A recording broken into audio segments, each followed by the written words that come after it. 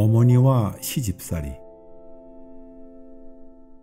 17에 시집을 오신 어머니는 천성이 초저녁잠이 많으신 분이셨다.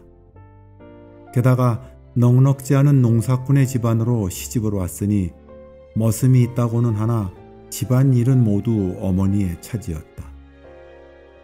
하루 세 끼 식구들 끼니 수발하는 일도 만만치 않은데 틈틈이 빨래하고 들일 거들고 나면 몸은 천근만근이요 여지없이 초저녁잠이 막무가내로 밀려들었다.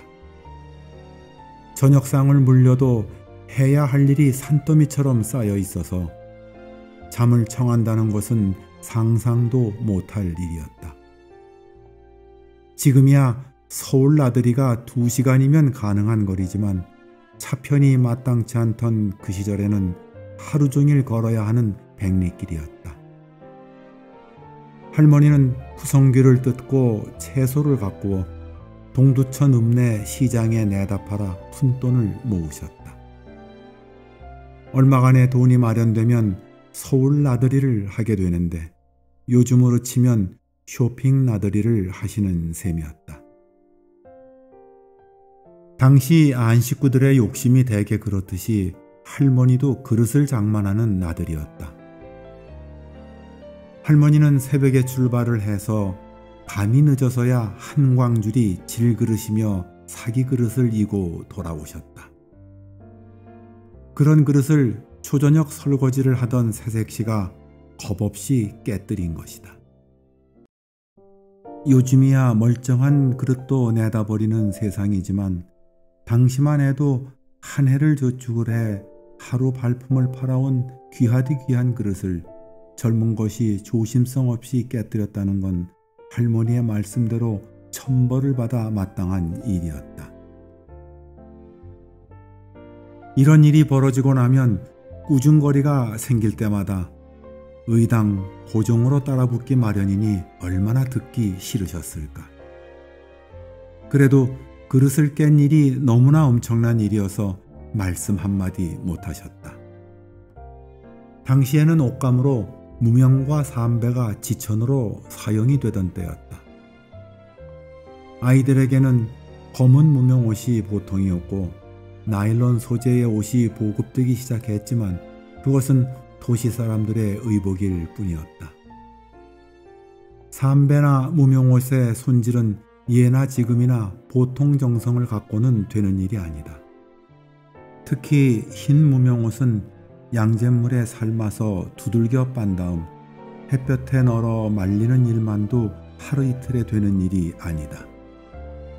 게다가 풀을 쑤어서 먹이고 다듬이질을 한 다음 다림질을 해야만 끝이 난다.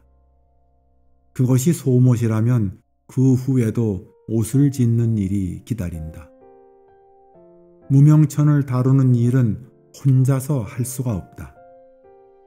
풀을 먹일 때도 다듬이질을 할 때도 고부가 또는 모녀가 마주 잡아야 하며 더욱이 다림질을 할 때는 한쪽에서 팽팽히 잡아주어야만 한다.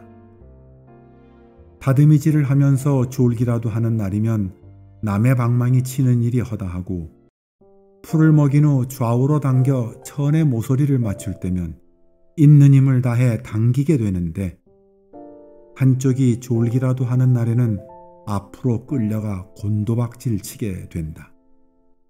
그뿐인가 당긴 쪽은 균형을 잃고 여지없이 뒤로 자빠지게 되는 것이다. 시어머니가 뒤로 자빠지고 며느리가 앞으로 곤도박질 치는 것을 상상해보라. 그것은 버르장머리 없음이요 부주의함이요 시어머니에 대한 명백한 도전이었다. 이런 일이 다름질하던 끝에 일어났다면 온 집안이 이리 뛰고 저리 뛰고 난리가 나고 만다. 이런 사건 사고의 주인공이 늘 어머니였다. 아무리 천하장사도 막을 수 없는 것이 잠이라지만 이런 일을 겪고 나면 변명의 여지는 없는 것이며 변명의 말도 해볼 틈 없이 말대답한 죄가 추가되고 마는 것이다. 할머니도 겪으셨을 법한 일인데 마치 예전에 없던 일이냥 불호령을 내리시는 것이다.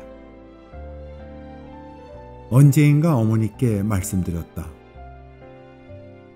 그게 무슨 시집살이에요. 어머니가 100번 잘못하셨네. 나라도 그 지경이면 마찬가지일걸요. 어머니는 빙그레 웃으셨다. 하긴 어머님인들 오죽 답답하셨겠니? 일은 산더미인데 젊디 젊은 것이 궁둥이만 붙이면 잠이니. 그렇지만 여차하면 그렇겠니 얘기며 당신 뒤로 잡아뜨린 이야기며 오태워 먹은 이야기뿐이니 오죽 듣기 싫었겠니? 남이 들으면 허구한 날 그러는 줄 알 지경이니. 어머니의 할머니에 대한 서운한 감정은 이미 녹고 없는 듯했다. 어찌되었건 이런 류의 시집살이는 나를 낳고서 없어졌다고 한다. 그러고 보면 나는 태어나면서부터 효도를 톡톡히 한 셈이다. 빈공과 궁핍이 그 까닭이다. 전쟁이 끝난 뒤이니 남은 것이 무엇이 있었겠는가. 물질적으로 정신적으로 피폐해진 끝에 천지사방에 어떻게든 살아보려고 발버둥치는 굶주린 백성들 뿐이었으리라. 연유가 어디에 있건 그러한 눈물겨운 노력에 동참을 거부하고 해가 된다는 것은 용서받기 어려웠을 것이다. 따지고 보면 살림을 꾸려가는 책임자로서의 경고이며 벌이었다. 가족을 먼저 생각한 고육지계이기도 했다. 어머니도 그것을 알고 계셨다. 눈시울을 붉히며 할머니의 눈물겨운 노력이 오늘 우리가 이만큼이라도 먹고 살게 된 실마리가 되었다고 말씀하신다. 나 역시 20이 다 되어 할머님과 헤어졌지만 그때까지 할머니의 한 말씀, 한 행동거지가 조금도 경우에 어긋난 것을 보지 못했다. 누구에게나 자애로웠으며 정이 넘치는 분이셨지만 자신에게는 매우 엄격하였다. 세상이 바뀌었어도 또 다른 종류의 시집살이는 지속될 것이다. 다만 시각을 달리해보면 그것도 가족에 대한 또 다른 사랑의 표현인 것을 알게 되리라.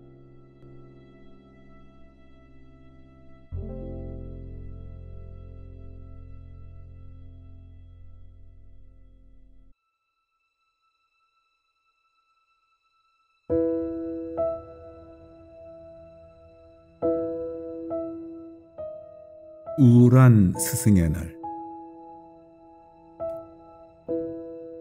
존경이란 낱말을 사전에서 찾아보면 남의 훌륭한 행위나 인격 따위를 높여 공경함이라고 설명하고 있다. 어린 시절 존경받아 마땅한 인물을 한 사람쯤 마음에 새겨두고 인생의 사표로 삼고자 했던 기억을 어찌 나만이 가졌었겠는가. 살아보니 존경의 대상이 된다는 것이 얼마나 어려운 것인가를 알겠다. 남에게 존경을 받지 못하는 까닭은 그럴 만한 업적을 이루지 못했거나 인격을 갖추지 못했기 때문이다. 사회적으로, 학문적으로, 문화적으로, 예술적으로 괄목할 만한 업적을 남겨 만인에게 가르침을 준 바가 크다거나 사회에 공헌한 바가 지대하다면 마땅히 존경을 받는 인물이 될 것이다. 그러한 인물은 역사 이대로 많이 있다. 또한 그러한 인물을 존경하는 것은 너무도 쉽고 당연한 일이다. 오늘 나는 존경에 대한 다른 이야기를 하고자 한다. 그가 누구든 간에 존경받지 않으면 안 되는 스승에 관한 이야기이다. 스승을 존경하라고 말하는 것은 다분히 형식적이고 어색하며 왠지 서글퍼지기까지 하는 것이 솔직한 심정이다. 오늘날 스승이 존경받을 만한 일을 하지 않고 있는지는 모르지만 그것은 그들의 몫이고 우리의 몫은 여전히 스승을 존경하는 일이다. 물론 학교에서 스승이 가르치는 양이란 옛날에 비해 보잘것없어졌다. 아이들은 길거리에서 TV 등 매체에서 컴퓨터를 통해서 더 많이 배운다. 그러므로 존경의 정도도 그만큼 적어졌을지도 모른다. 어떤 연유에서이건 돈 봉투를 받아든 스승이 생겨나고 학생들을 체벌하는 일이 사회적 문제가 되어 그림자조차 무서워 감히 가까이 할 수 없었던 스승이 종이 호랑이처럼 변하고 말았다.